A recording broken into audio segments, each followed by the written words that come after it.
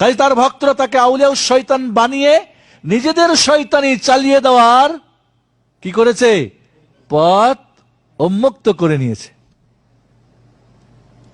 তাকে বলা হয় পীরানে পীর দস্তগীর, বলে না সমস্ত পীরের পীর, অলির ওয়ালি, সমস্ত অলির ওয়ালি। এবং একটা কিসসা আছে কেমনে সমস্ত অলির ওয়ালি হয়ে গেল, এবং সমস্ত অলির ঘাড়ে তার পাখির পা রয়েছে কিভাবে, এটার একটা কিসসা আছে। এদের প্রত্যেকটার পিছনে একটা করে কিসসা এবং এই ধরনের বাতিল আকীদা দিয়ে ভরে দিয়েছে। পীরানে পীর দস্তগীর কেন তাকে বলা হয়, এর ঘটনা কি জানেন? কেন তাকে বল, দস্ত মানে হাত, গির মানে পাকড়না, এটা ফার্সি শব্দ, হাত ধরে নিয়েছিলেন যিনি। এই টাইটেলটা কখন পেলেন? নাউজুবিল্লাহ, আল্লাহ এবং আব্দুল কাদের জিলানী রহমাতুল্লাহ আলাই নাকি আসমানি দুনিয়ায় পদাচরণ করতেছিলেন, হাঁটতেছিলেন আল্লাহ এবং আব্দুল কাদের জিলানী একসঙ্গে। হঠাৎ করে আল্লাহর পা পিছলিয়ে গিয়ে আল্লাহ পড়ে গিয়ে ধ্বংস হতে লাগলো। তখন আব্দুল কাদের জিলানী আল্লাহর হাত ধরে আল্লাহকে বাঁচাই দিলেন। নাউজুবিল্লাহ। তাহলে শক্তিশালী আল্লাহ বেশি না আব্দুল কাদের জিলানী? আল্লাহ নিজেকে পিছলে থাকে, বাঁচাতে পারে না। পিছলে যাওয়া এটা কি, যাদের পরিপূর্ণ না তার কাজ, ঠিক না?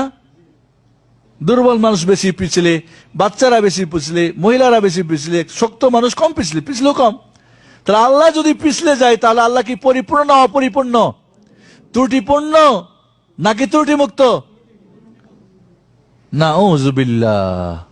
এর চাইতে বড় কুফর, এর চাইতে বড় শিরক কি হতে পারে, যে আল্লাহর কে পরিপূর্ণ যারা না মানতে পারে। আল্লাহ পড়ে গিয়েছিল আর আব্দুল কাদের জিলানী তাকে বাঁচিয়ে দিল, তাই তার নাম হয়ে গেল পীরানে পীর দস্তগীর। নাউজুবিল্লাহ। এভাবে আব্দুল কাদের জিলানী রহমাতুল্লাহ আলাই মার পেট থেকে কোরআন 18 পারা মুখস্থ করে এসেছিলেন। এরকম কথা আছে না নাই? আরে কোরআন যদি মুখস্থ করে আসতেই হয় এই দুনিয়ায়, তো মুহাম্মদুর রাসূলুল্লাহ তো প্রথম আসার কথা, ঠিক না? কেউ যদি এই দুনিয়ায় কোরআনের হাফেজ হতে পারতো তাহলে তো মুহাম্মদুর রাসূলুল্লাহর ছেলে মেয়েদের মধ্যেই প্রথম হাফেজ হওয়ার কথা ছিল, ঠিক না?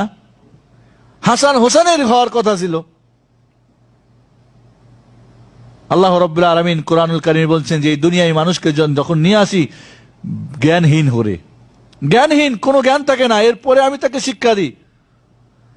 তাহলে আব্দুল কাদের জিলানী মানুষেরই একজন মানুষ নাকি অন্য একজন জগতের মানুষ? তাহলে আব্দুল কাদের জিলানী, হ্যাঁ, যদি পেট থেকে জন্মগ্রহণ করে কোরআনের হাফেজ হয়ে আসতেন, এই কথাটা ওনার শিক্ষকরা জানার কথা কিনা, কি বলেন? ওনার মা জানার কথা কিনা, ওনার বাবার জানার কথা কিনা, ওনার এলাকাবাসীর জন্য, ওই দেশের ওই যুগের যারা হাফেজ তাদের জানার কথা কিনা? জানলো কারা? যারা জাহেল মূর্খ বেদাত শিরকে ডুবে আছে তারা।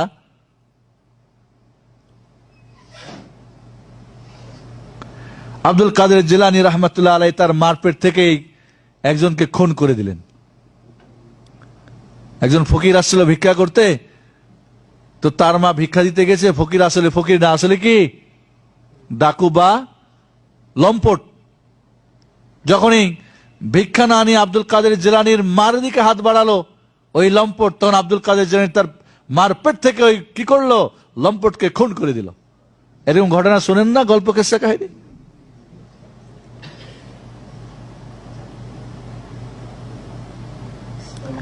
এরকম সম্ভব হলে তো নবী রাসূলুল্লাহ তো হওয়ার কথা প্রথম, কি বলেন? নবী রাসূলুল্লাহ হওয়ার কথা না? আরে নবীদেরকে সঙ্গ এসে কাফেররা হত্যা করছে, তারপরও তিনি নিজেকে রক্ষা করতে পারেন নাই। জাকারিয়া আলাইহিস সালামকে হত্যা করে নাই কাফেররা? কোরআনে বলছে ফারিকান ইয়াকতুলুন ওয়া ফারিকান, এক গ্রুপ নবীদেরকে তারা হত্যা করেছে বনী ইসরাইলদের।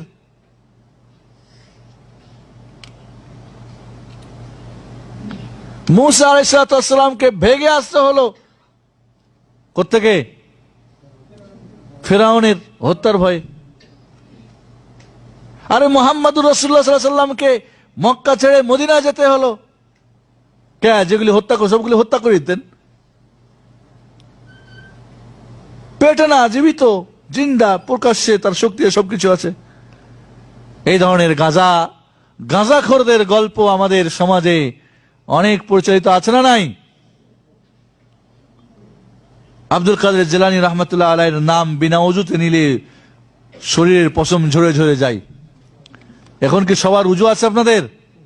বলেন তো আব্দুল কাদের জিলানী রহমতুল্লাহ আলাইহি বলেন, বলেন রহমতুল্লাহ আলাইহি বলেন। পশম ঝরে গেছে যাদের উজু নাই?